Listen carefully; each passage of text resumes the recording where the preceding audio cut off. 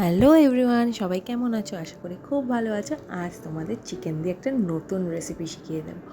দেখো, এরকম chicken ড্রামস্টিকের piece আমি নিয়ে নিয়েছিলাম। এটা কিন্তু প্রায় আধ ঘন্টা মতো আমি আদা, রসুন, লঙ্কা বাটা, পেঁয়াজ বাটা আর সামান্য একটু টক দই দিয়ে ম্যারিনেট করে রেখেছিলাম। তারপর একটা বাটিতে একটু সেদ্ধ করে নিয়েছি একটা শুকনো লঙ্কা ফোড়ন দিয়ে। তারপর এইভাবে কিন্তু জাস্ট তোমরা ড্রামস্টিক থেকে চিকেনগুলোকে ছাড়িয়ে নেবে, সেদ্ধ চিকেনগুলোকে। তারপর কি দিয়ে এটা পেস্টটা করতে হবে দেখো, আমি শুকনো লঙ্কাটাও দিয়ে দিয়েছি, এর মধ্যে ভালো করে মাখিয়ে নিয়েছি। সামান্য কিছুটা পেঁয়াজের কিমা করে রেখেছিলাম একদম, সেই পেঁয়াজটা দিয়ে দেবো। আর কিছুটা রসুন, কারণ আমার রসুনের ফ্লেভারটা খুব ভালো লাগে। তোমরা যদি পছন্দ না করো এক্ষেত্রে কিন্তু তোমরা একটু আদাও ইউজ করতে পারো, আমি আদা ইউজ করিনি। ভালো করে স্ম্যাশ করে মেখে নিতে হবে।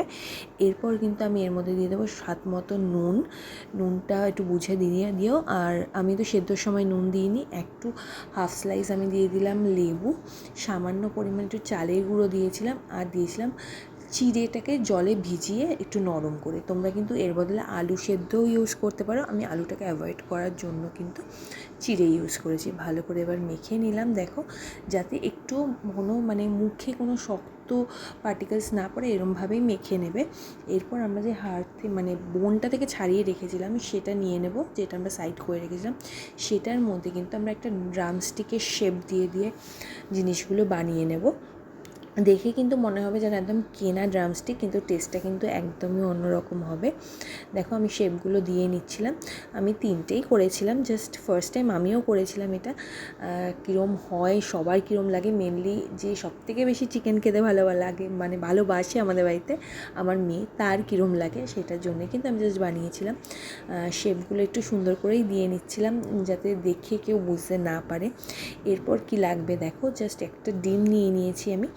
ডিমটা একটু সামান্য নুন দিয়ে ফেটিয়ে নেবে তোমরা, কারণ ডিমটার যে স্লাইডটা ওটার মধ্যে ডিপ করতে হবে এই চিকেনের। একটা উপরে একটা জাস্ট হালকা কোটিং দিতে হবে। এবার ডিমটা ফেটিয়ে নিয়ে আমি দেখো হালকা করে একটা করে কোটিং দিয়েছি, দিয়ে ব্রেড ক্রামসে ভালো করে কোট করে নিয়েছি। আবার সেম প্রসেস আমি আরেকবার করেও করবো, আমি ডাবল কোটিং করেছি প্রত্যেকটা ড্রামস্টিকের মধ্যেই। কিন্তু তাতে কি হয় যে ভেতরের যে পুরটা চিকেনের বেরিয়ে যাওয়ার কোনো সম্ভাবনা থাকে না। আমি প্রত্যেকটাই কিন্তু ডাবল কোটিং করে নিয়েছি, যার জন্য যাতে কোনো অসুবিধা না হয় ভাজার সময়।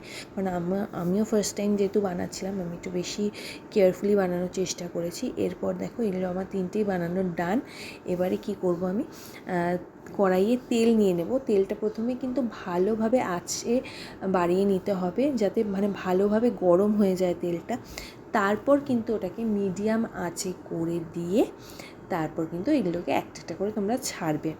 আর এরকম মিডিয়াম আঁচেই কিন্তু ভাজবে, যতক্ষণ না বেশ ওপরের যে কোটিংটা সেটা ব্রাউন হয়ে যাচ্ছে। দেখো, ভেতরের চিকেনটা কিন্তু সেদ্ধ রয়েছে, কিন্তু তাও আরেকটু কুক হওয়ার কিন্তু প্রয়োজন রয়েছে।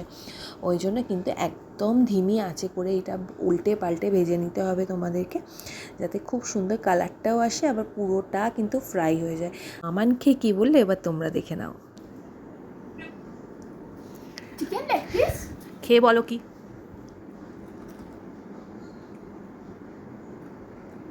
খুব ভালো লাগছে খেতে। ভালো হয়েছে তো? রেসিপিটা ভালো লাগলে লাইক শেয়ার করতে ভুলো না।